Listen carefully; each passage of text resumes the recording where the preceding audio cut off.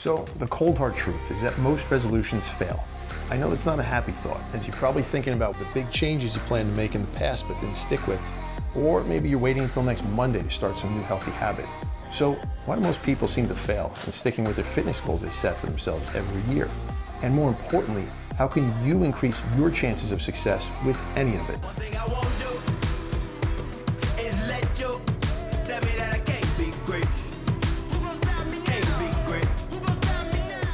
Before we start, I want you to take a second to do something. And just trust me on this, because there's a very good reason to do it that might actually help you. And I promise it'll make sense by the end of the video.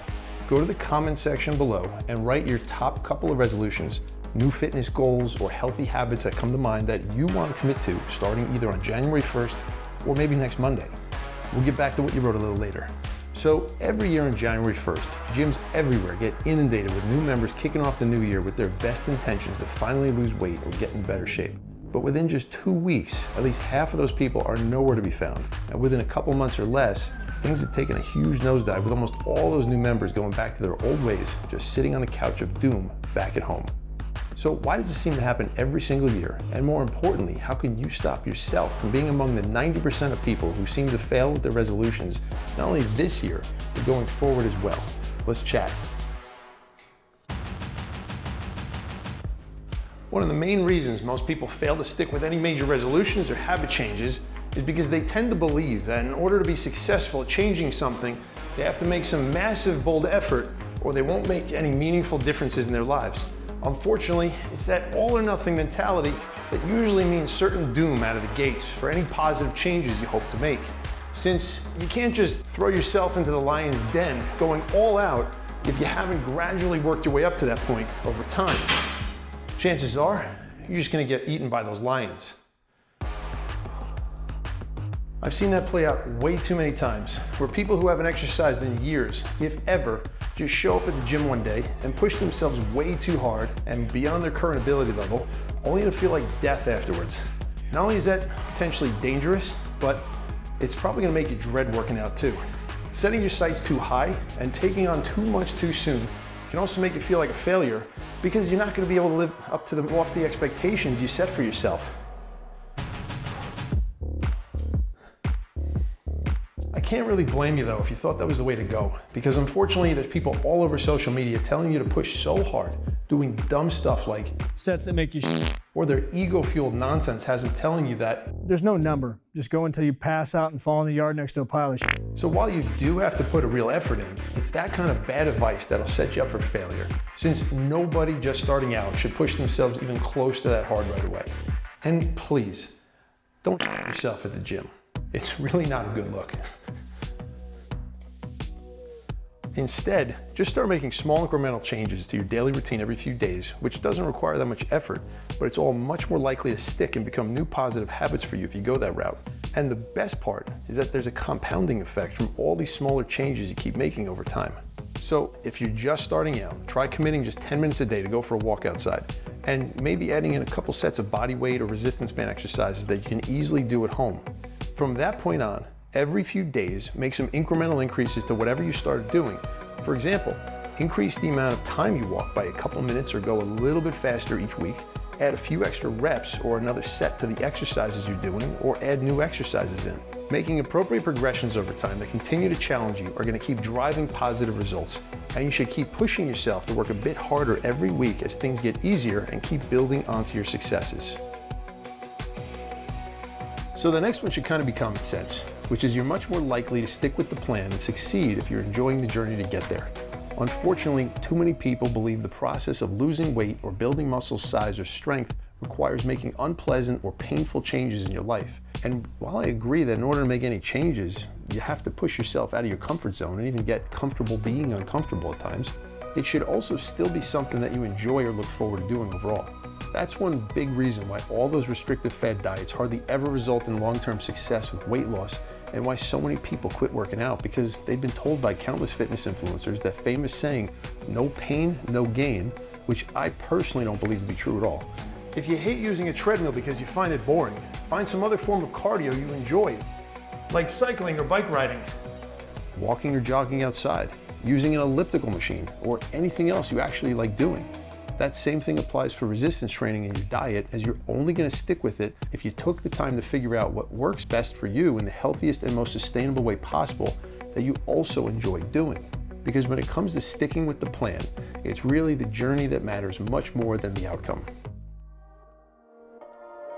Another big area that could be the key to your success or failure is the source of your motivation or inspiration for taking action. For example, if you find yourself feeling inspired to get fit after surfing through all the fitness influencer posts on social media because you want to look more like them, or your reasons for doing it are more about somebody else instead of for you, then you're much less likely to stick with it or succeed long term. You see, the motivation to make a positive change needs to come from within yourself and not from someone telling you what you should or need to do.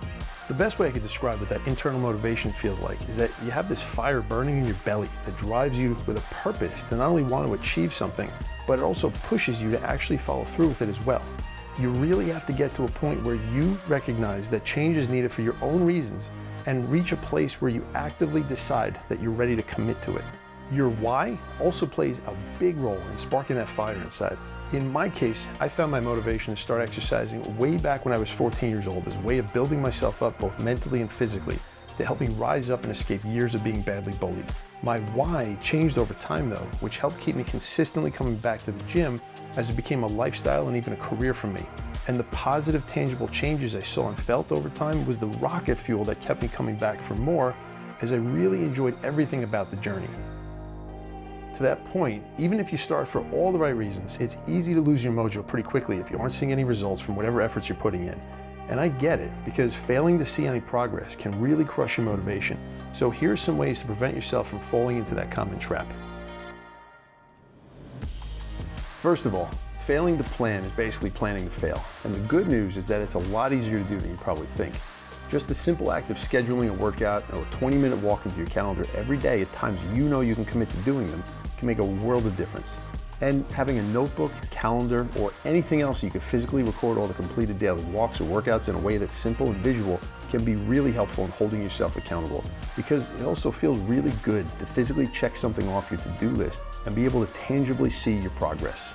Some other simple but very effective ways to plan ahead for success are to toss your gym clothes in a bag the night before a planned workout and take them to work with you the next day so you're all set and have no excuses for not going straight to the gym on your way home from work or wherever. You can do the same thing with food by taking a few minutes to prep some healthy snacks or lunch for yourself in appropriate sized portions the evening before. And maybe even find a friend or family member to partner with on your fitness journey to add a layer of mutual support, accountability, and even a little extra motivation. Or consider hiring a fitness professional to help develop a program that aligns with your goals and who can teach and support you in your fitness journey. The point here is that getting in the habit of using a little pre-planning can make a huge difference in your ability to stay on track. So let's take everything we talked about and circle back to the beginning where you wrote some of your goals in the comment section below. And I want you to go look at what you wrote and ask yourself the following questions. Are your goals vague or were you very specific? Are your goals in the process to achieve them measurable? Did you set an achievable goal, or is it something that might be a little too ambitious? Are your goals realistic or relevant to your life and based on what you'll actually enjoy doing? Did you set a timeline for when you want to reach the desired outcome? Those questions are part of the SMART goal setting process, and SMART is an acronym for specific, measurable, attainable, realistic or relevant, and timely. And I'll dive a lot deeper into each of those in a future video linked above when it's live. So as an example, if one of your goals is to lose 150 pounds in the next year, it's probably not going to work out too well since it's too vague and ambitious, and it's actually setting you up for failure by aiming for an outcome that's just not achievable, considering a healthy and sustainable rate of weight loss is about 1 to 2 pounds per week. Instead, let's use those questions to frame this out better and break things down a bit. So a more reasonable goal might be to lose 80 pounds over the next year at about 1.5 pounds lost per week, and breaking that down into shorter periods of time with markers that you want to hit by specific dates, like aiming to lose 7 pounds per month. Then you need to set a relevant and time-based action plan that supports that, which is where everything we talked about earlier comes in, with scheduling actions that support reaching your goals, writing everything down, gradually increasing your activity levels and difficulty over time, setting up supports, etc. So now go back to whatever you wrote in the beginning and respond to your comment with a new and improved goal based on everything we just talked about. with the actions you can take to support it with a realistic timeline and some shorter-term measurable goals for yourself that'll help keep you on track. Use this simple exercise as your first step in setting yourself up for long-term success, and refer back to whatever you wrote here to update your goals in the future. And don't forget to give this video a thumbs up because it really helps my channel grow, and subscribe, turning notifications on so you don't miss what's coming up next. Wishing all of you a very happy and healthy year ahead, and I'll see you in the next one. FitLabb out.